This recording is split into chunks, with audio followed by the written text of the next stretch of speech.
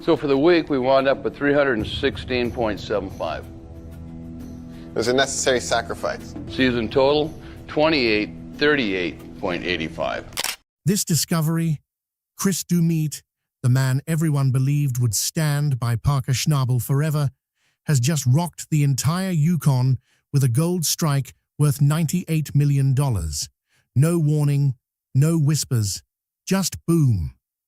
An overnight fortune that has turned a loyal friend into the most dangerous rival Parker has ever faced. One moment, Chris was the dependable crew hand. The next, he became a headline, a gold titan, reborn in the shadows of Parker's empire. Rumors now echo across every mining camp. Some say he struck the very ground Parker abandoned.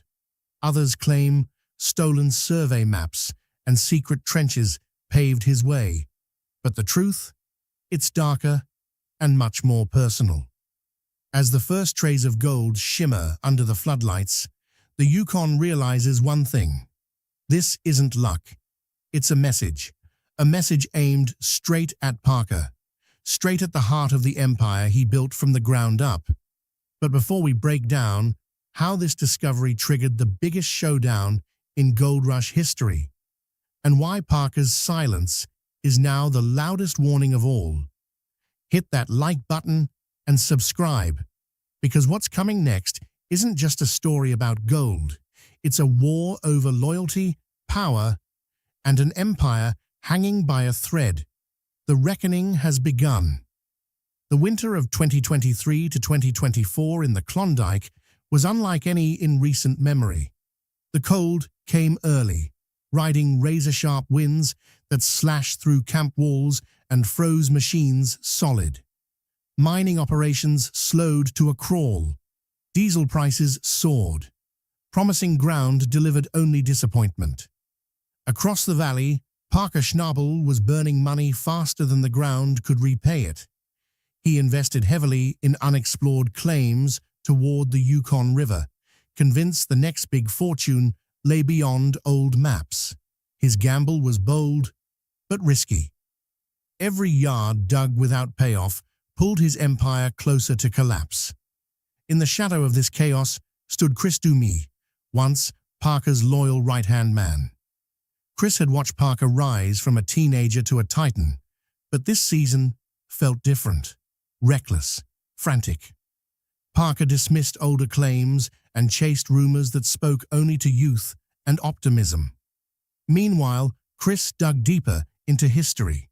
He spent long nights studying 1890s gold rush survey logs, faded maps, and miners' diaries from the early Klondike rush. One story stood out: a nameless prospector who claimed he found yellow snowlight buried under a dried riverbed near Divide Creek, southwest of Dominion. No major company ever touched it again. Seasonal flooding made it too dangerous for primitive machines. Chris knew modern equipment and modern guts could change that. In late March 2024, Doumit drove to the rumored site. The area didn't look like treasure. It was a stretch of choked mud, black soil, and dead trees, twisted like bones. Locals called it worthless. But Chris had learned something from decades in the north. Gold hides where pride never searches. He set up a tiny camp. No big crew, no fancy rig, just a portable drill, water pump, and a few friends who owed him favors. Over 2 freezing weeks, they took sample after sample. The first pans showed only dust. The second shimmered faintly. The third, a surprise. Small flakes gleamed through the silt, brighter than anything found on Parker's new claims all season.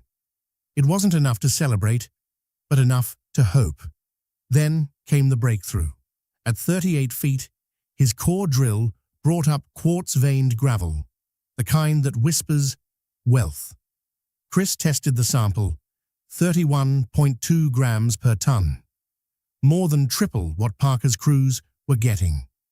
Digging deeper, 52 feet, numbers exploded, 72.9 grams per ton. Enough to turn a quiet valley into the new El Dorado.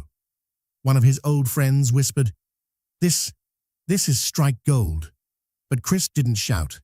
He didn't call reporters. He just closed his hand around the tiny vial of yellow flakes and stared.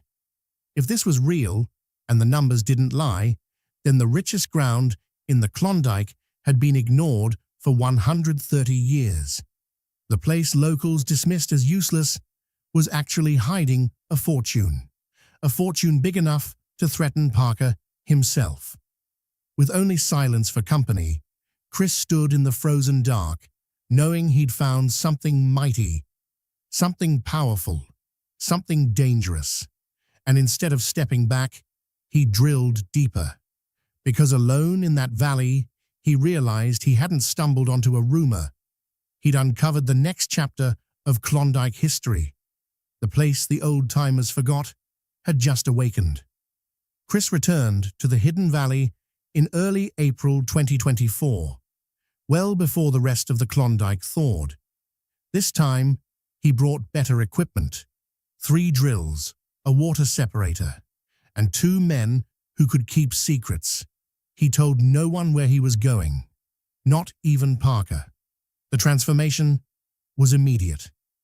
With the sun stretching longer over the Yukon, the ground softened just enough to allow deeper probing. Chris mapped the site into a rough grid, 20 points spaced across the width of the dried riverbed. If the first discovery had been luck, this would prove the truth.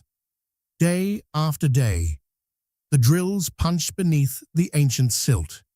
What they brought back shocked everyone. The shallow samples, 10 to 25 feet down, tested surprisingly rich, 18 to 26 grams of gold per ton. No one in the modern Yukon considered that surface material could be so strong. But as the drills cut deeper, the story grew wilder. At 35 to 60 feet, the gold values surged to 60 to 98 grams per ton. And in one unbelievable sample near the creek bend, the result came back at 108.4 grams per ton, a reading so high that most miners would accuse the scale of lying. But the scale did not lie. The earth was telling the truth. This was monster gold. Chris's team froze. This wasn't just a lucky pocket. This was an entire river channel that had once flowed gold like blood through stone. The next test, water run verification. Chris dug a small cut, fed gravel through his portable plant. Within minutes, flakes coated the sluice, then chunks, then nuggets. One of the crew whispered, terrified, "If Parker finds out," because they all knew what those nuggets meant. This discovery was more than profitable. It was a threat. Over the next week, Chris meticulously logged every sample, marking the densest pockets and potential pay streaks. The richest vein ran north-south, almost half a kilometer long, a buried river system, untouched since the early gold rush of the 1890s. Numbers didn't just look promising, they were explosive. Early projections estimated over $150 million locked beneath the surface. Even at modest extraction rates, Chris could easily pull $98 million before winter, more than Parker's entire season haul. Word hadn't yet reached the camps, but whispers were already building. Someone saw a truck. Someone spotted a new drill. Someone claimed Chris wasn't working for Parker anymore. The valley grew tense, as if alive. Chris decided to keep operations quiet. No wide crews, no public claims, just quiet night digging, hiding machines under camo tarps during the day, moving dirt only when fog rolled in. He paid his men from personal savings, promising massive bonuses if they stayed loyal. In late April, they installed a larger wash plant. The first run was terrifyingly good. They pulled 17 ounces in 1 hour, more than some Klondike mines produced in an entire week. And yet, As Chris celebrated with silent awe, he felt a cold truth. The richer the gold, the greater the danger. This wasn't just a strike. It was a challenge. The kind that could shift loyalties, reshape the valleys, and break empires. And deep in that wild Yukon bowl, Chris began to see shadows, pickup tracks where no truck should be, footprints erased by river wind, and drone sounds overhead on still nights. Someone had found him, or was trying to. Either way, the game had changed. The numbers were real, the gold was real, and now the threat was real. Chris stared at the glowing gravel in his hands and felt something old stirring inside him. Not greed, not fear, but destiny. By May 2024, the Yukon thawed just enough to make heavy excavation possible. Chris acted immediately. He didn't buy new machines. He couldn't afford the attention. Instead, he visited abandoned yards where rusted excavators and old wash plants sat like skeletons of forgotten dreams. He paid cash, traded favors, and hauled the equipment deeper into the valley at night. He called men he trusted, miners who had worked with him long before Parker's rise. These weren't rookies. They were silent veterans who knew how to keep their mouths shut. When they arrived and saw the test results, some staggered. One man whispered, "This is enough to start a war." Chris simply nodded. The war had already begun. He opened the first cut on May 12, 2024, starting shallow along the north pay streak. The ground fought back. Thick clay tangled around buckets, embedded roots snapped steel teeth, and the walls collapsed without warning. But Chris pushed through. After 2 days of digging, gravel finally reached the wash plant. The crew watched the first run, like gamblers staring at a final card. The sluices began to hum, and then came the gold. Not dirt-coated flakes, but nuggets the size of fingers, heavy and unmistakable. In a single hour, the cleanup tray held nearly 22 ounces, worth more than $50,000. A strong start, but still believable. Then hour 2 came in at 38 ounces. Hour 3, 41 ounces. Everyone froze. Those numbers didn't just break expectations, they shattered them. By the end of day 1, totals crossed $500,000. The men cheered, one cried, another knelt, hands shaking. Chris simply stared at the gleaming pile. He'd never seen ground pay like this, not in Parker's best cuts, not in any televised strike. This wasn't a pocket. This was a river of fortune. Day after day, the numbers climbed. Daily totals regularly broke 100 ounces, sometimes 150 plus. In just the first week, the team pulled over 1,000 ounces, worth nearly $2.5 million. The deeper they dug, the richer it became. Gold density, readings doubled at 70 feet, then again at 100 feet. Every layer seemed to protect another beneath it, like the earth had been building treasure for over a century. But the valley had teeth.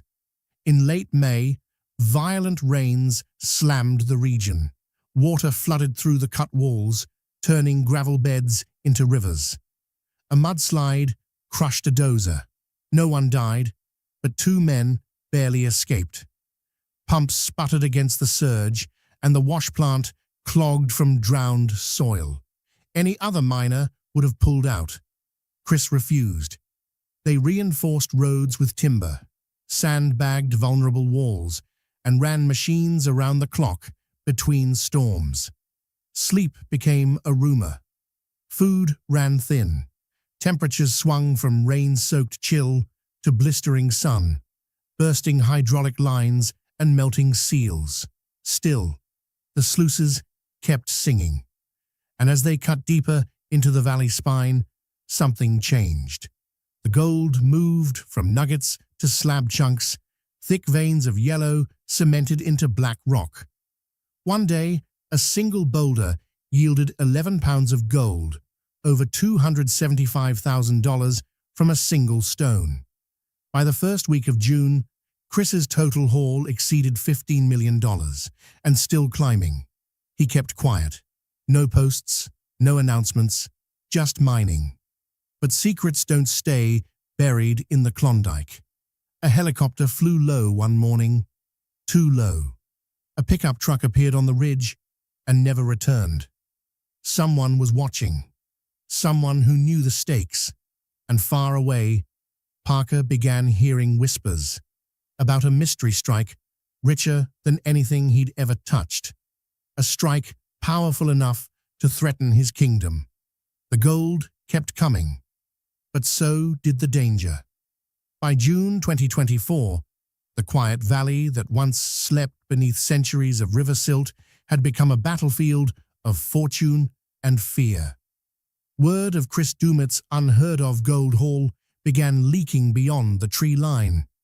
At first, it was whispers, campfire talk, truck stop murmurs, vague claims of a private operation pulling impossible numbers. But rumors are faster than river water in the Klondike, and soon those whispers boiled into wildfire. Parker Schnabel heard it first from a supplier, then from a mechanic, then from a crewman too nervous to speak clearly. Someone deep in an abandoned valley was bringing in ounces like a slot machine gone mad, and the only man bold enough, skilled enough, and quiet enough to pull it off was Chris Doumit. The news shook Parker, not because of the gold itself, but because it meant Chris was no longer his right hand. He was becoming his rival. Back in the valley, Chris was fighting a different battle.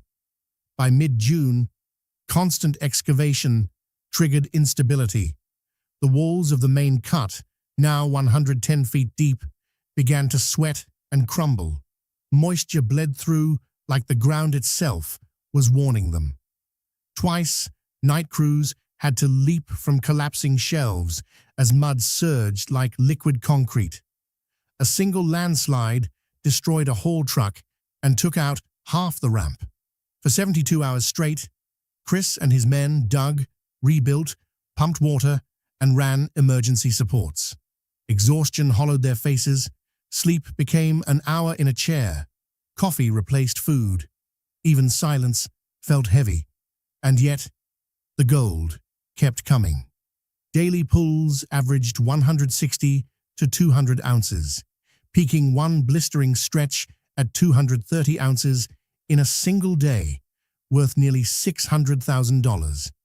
Even as costs rose, the valley was spitting out treasure faster than they could process it. They crossed the $30 million mark before June ended. And still, Chris kept operations secret. But the valley refused to stay quiet. Storms rolled in without warning. Hard rain that slammed the camp like fists, wind that snapped cables, lightning that crawled along metal with hungry lips. A storm in late June wiped out the north dig route entirely, turning the access road into a river of black mud. Pumps failed, hoses burst, and both wash plants choked on silt. His men waded chest-deep in freezing water to push the cleanup through. Every hour felt like a fight for their lives, but every hour returned more gold. The danger outside only magnified the storm brewing within. Strange tracks appeared near camp, boot prints in places no worker had been. Drone lights flickered over the dig at night. Fuel tanks were tampered with. Someone wanted this mine stopped. And then came the day that changed everything. A chopper scraped low over the treetops, dipping into the wind like a hawk. Chris ran to the ridge, ready for anyone, except the man who stepped out, Parker. No camera crew, no entourage, just Parker, rain-soaked, eyes steady. He walked into camp, not with anger, but with silence. Chris stood waiting, boots sunk in black mud, gold dust still clinging to his gloves. Their eyes met. No shouting, no accusations, only the weight of history the kind only two men who've bled for the same dream can understand. They spoke alone by the edge of the cut. No one heard what was said. But when they emerged, Parker's expression wasn't rage. It was fear, because he had seen the numbers. He had seen the gold. He had seen Chris wasn't surviving out here. He was winning. The kind of winning that could topple empires. When Parker left, the valley felt colder. The crew sensed a shift, a new threat, deeper than storms or rock slides. This wasn't just a race for gold anymore. It was a war for legacy. And deep underground, the pay streak continued to thicken. Gold, richer, heavier, almost unnaturally concentrated. It was as if the valley had been saving its treasure for the man stubborn enough to bleed for it. But the deeper they dug, the more the ground trembled. No one knew whether it was geology or warning. By early July 2024, the valley was roaring like a wounded beast. Machines thundered day and night, hauling river silt older than memory. The crew barely slept, dirt under their nails, gold in their blood. Every cleanup tray felt heavier. Every weigh-in broke another record. The numbers mounted so fast that even Chris struggled to keep pace. He conducted tallies late at night inside a small plywood shack lit only by a single lamp. Buckets lined the walls, raw gold waiting to be melted, cleaned, and logged. Then came the run that changed everything. Over the course of 5 days, the team processed the richest pay streak yet. A deep channel at 112 to 128 feet, where the old riverbed funneled gold like a natural sluice. The ground density was unbelievable, 140 to 168 grams of gold per ton. Most modern claims barely break 3 to 7 grams per ton. Even legendary claims dream of 20 grams per ton. This valley wasn't a dream. It was lunacy, a miracle carved beneath the earth. The cleanup from this single run totaled a staggering 4,850 ounces, worth nearly $12 million by itself. When Chris added the numbers to his running total, he froze. His pencil hovered above the page. He whispered the total aloud, as if needing to hear it to believe it. $98 million. In just 2.5 months, the quiet claim nobody wanted had become the richest strike the Klondike had seen in modern history. Even the great rushes of the 1890s rarely hit numbers like this. The moment the crew confirmed it, silence fell across camp. Some men stared into the air, others dropped to their knees. One old miner simply removed his hat and wept. The news did not stay quiet. Reporters arrived first, local papers, then national. Camera crews hiked through mud to document the madness. Headlines exploded across screens. Forgotten Valley delivers $98 million payday. Rival of Parker Schnabel strikes richest modern claim. Forums lit up. Mining experts argued. Conspiracy theories ran wild. Investors descended like wolves with gold-tipped teeth. They weren't offering partnerships. They were trying to buy history, and all of it. Every whisper, headline, and frantic debate had one name at the center: Chris Doumit. The man once known only as Parker's steady sharpshooter had stepped out of the shadows and struck harder than anyone alive. Numbers didn't lie. Parker's season haul, once considered strong at $40 to $50 million, now looked tiny in comparison. Chris had more than doubled it, quietly, secretly, and with equipment held together by rust and prayer. Suddenly, the power balance shifted. Parker's dominance in the Klondike, the empire he built, was now in danger. Veteran miners whispered in camps, from Carmack's to Dawson, "The old gunslinger ain't done. He just took the throne." For the first time in decades, the Klondike felt feral again, alive with promise and fear. Barriers returned, old rivalries reignited. It felt like Gold Rush 1897 all over again. Only this time, the newspapers had drones and satellite feeds, and deep inside that valley, Chris looked at his gold, not with greed, but with reverence.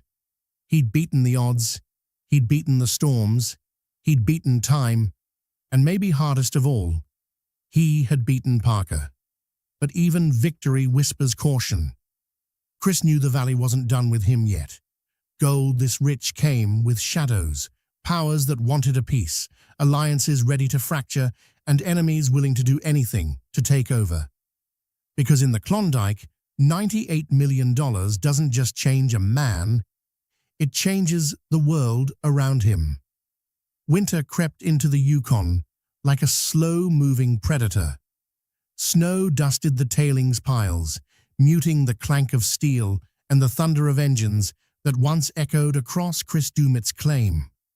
Only weeks earlier, his crew celebrated the impossible, transforming a half-forgotten piece of frozen Klondike dirt into a gold stream worth $98 million. But now, the cutting wind reminded them that nothing in the north lasts forever. By late October 2024, Chris made the call no miner wants to make. Shut it down. Not because the gold was gone, but because he'd taken enough this season to rewrite history. The pit was sealed like a vault, equipment parked in perfect rows, everything prepared for the deep freeze. Even the ground seemed to hum with secrets. He walked the length of the cut alone, where only months ago Parker doubted he'd pull a single solid ounce. Now, each exposed wall shimmered faintly with narrow streaks of untouched pay, proof there was still fortune left below. Chris didn't smile. He simply stood still, letting the quiet confirm what he already knew. He'd crossed over, from hired hand to kingmaker. Word of the strike coursed through Dawson City like wildfire. These weren't whispers anymore. These were headlines. Syndicates from Alaska sent scouts. 2 private firms offered upfront financing for the 2025 season. Even Tony Beats, Klondike royalty, asked for a meeting. The industry no longer saw Chris as Parker's shadow. He was the man who rewrote the season's ending, and it cut deep because Parker Schnabel wasn't used to losing. Industry stats sealed the truth. Chris's gold recovered per yard outpaced Parker's by nearly 40%, making his ground the most lucrative per-yard return in the region in over a decade. Analysts claimed that if Chris expanded operations next year, even modestly, he could triple that value. Blood and grit, because the balance of power had shifted and every miner in the north could feel it. The Yukon was awake, watching, waiting, and beneath the ice, the next frontier was already rumbling, setting the stage for a revelation no one was prepared for, where Chris's next move would threaten not just Parker's business, but the future of the entire gold rush itself.